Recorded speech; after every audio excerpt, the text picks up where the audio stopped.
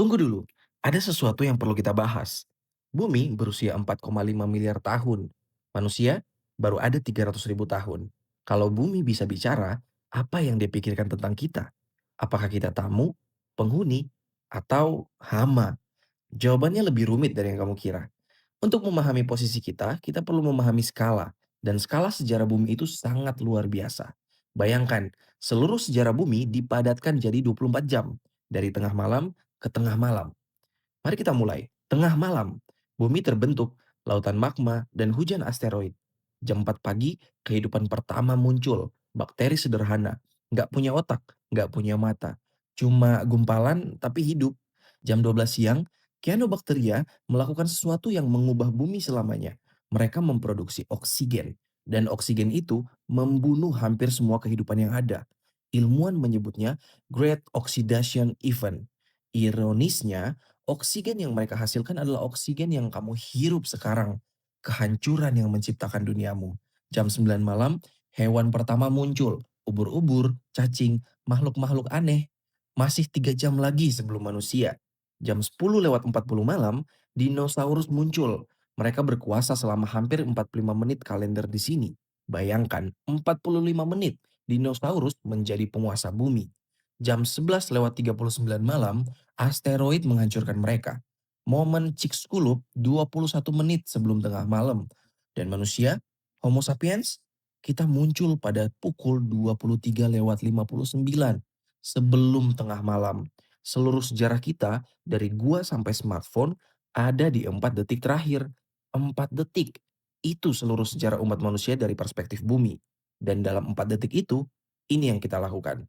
Kita mengubah 75% permukaan daratan bumi, hutan jadi sawah, padang rumput jadi kota, sungai jadi bendungan.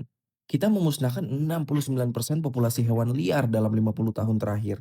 Bukan ribuan tahun, 50 tahun, seumur hidup orang tuamu. Kita meningkatkan CO2 atmosfer ke level tertinggi dalam 800.000 tahun. Grafiknya kayak tongkat hoki, datar, datar, datar, lalu vertikal. Kita menciptakan plastik, material yang akan bertahan di bumi 450 tahun setelah kita membuangnya. Lebih lama dari kebanyakan kerajaan dalam sejarah. 8,3 miliar ton plastik telah diproduksi sejak 1950. Hanya 9% yang didaur ulang. Sisanya ada di lautan, di tanah, dan mungkin ada di perutmu. Dan menurut banyak ilmuwan, kita sedang memicu kepunahan massal keenam dalam sejarah bumi. 5 kepunahan sebelumnya disebabkan oleh asteroid, letusan gunung super, dan perubahan iklim alami. Tapi selanjutnya disebabkan oleh satu spesies kita. George Carlin pernah bilang, planet ini baik-baik saja. Yang nggak baik-baik saja itu adalah kita. Sebelum kita lanjut, jangan lupa subscribe channel White Santara agar kamu bisa mendengarkan banyak pembahasan menarik lainnya. Oke, mari kita lanjut. Ternyata manusia bukan spesies pertama yang merusak bumi. 2,4 miliar tahun lalu, Cyanobacteria, bakteri mikroskopis, memproduksi oksigen secara massal dan membunuh hampir seluruh kehidupan di bumi. Oksigen adalah racun bagi kehidupan yang ada saat itu. Cyanobacteria adalah hama versi purba. Tapi dari kehancuran itu muncul dunia baru. Oksigen yang mereka hasilkan memungkinkan semua kehidupan kompleks yang ada hari ini, termasuk kita. Bumi juga pernah sepenuhnya membeku. Snowball Earth. Seluruh planet tertutup es selama jutaan tahun. Dan setelah es mencair, ledakan kehidupan terbesar dalam sejarah. Cambrian Explosion. Kehidupan bukan hanya bangkit, kehidupan meledak. Bumi selalu punya cara untuk bangkit. Pertanyaannya, saat bumi bangkit kali ini, apakah kita masih ada? Dan ini bagian yang paling menyakitkan. Bumi nggak butuh manusia. Bumi sudah ada 4,5 miliar tahun tanpa kita. Dan dia akan ada miliar tahun setelah kita pergi. Kalau manusia punah besok, dalam 50 tahun, hutan akan menutup kota-kota. Dalam 300 tahun, jembatan runtuh. Dalam 1000 tahun, gedung pencakar langit jadi puing belaka. Dan dalam 10.000 tahun, hampir gak ada bukti bahwa peradaban manusia pernah ada. Kecuali satu hal, plastik. Plastik akan bertahan lebih lama dari piramida, lebih lama dari peradaban, lebih lama dari ingatan tentang kita.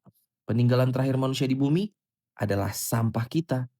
Kalau ada peradaban masa depan yang menggali bumi, mereka nggak akan menemukan candi kita. Mereka akan menemukan botol plastik kita.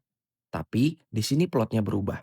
Bumi tidak marah pada kita. Bumi tidak membenci kita. Bumi nggak peduli. Untuk menjadi hama, bumi harus memperhatikan kita dulu. Dan bumi tidak. Kita cuma satu dari jutaan spesies yang pernah muncul dan menghilang di permukaan planet ini. James Lovelock menyebutnya gaya hipotesis. Bumi adalah sistem yang mengatur dirinya sendiri, seperti tubuh yang mengatur suhunya. Kalau kita menyebabkan demam, bumi akan menurunkan suhunya. Mungkin dengan cara menghilangkan penyebab demamnya. Bukan karena bumi jahat, tapi karena begitulah cara sistem bekerja. Homeostasis. Pertanyaannya bukan apakah bumi akan selamat dari manusia. Bumi pasti selamat. Pertanyaannya, apakah manusia akan selamat dari manusia? Jadi, apakah manusia hanya hama bagi bumi? Bumi nggak melihat kita sebagai hama. Bumi nggak melihat kita sebagai apa-apa. Kita terlalu kecil, terlalu baru, dan mungkin terlalu sementara. Tapi itu justru yang membuat kita jadi istimewa. Kita adalah satu-satunya spesies yang bisa memahami semua ini, yang bisa melihat 4,5 miliar tahun dan sadar betapa kecilnya kita. Gak ada hewan lain yang bisa. Dan karena kita bisa memahami, kita bisa memilih. Asteroid nggak bisa memilih, Cyanobacteria nggak bisa memilih. Tapi kita bisa. Bumi nggak butuh kita untuk menyelamatkannya. Bumi baik-baik saja. Yang perlu kita selamatkan bukan planet ini, tapi tempat kita di dalamnya. Kalau video ini mengubah caramu melihat bumi dan dirimu sendiri, like dan subscribe Wild Santara. Komen di bawah, menurut kamu manusia itu tamu, penghuni, atau hama? Sampai jumpa.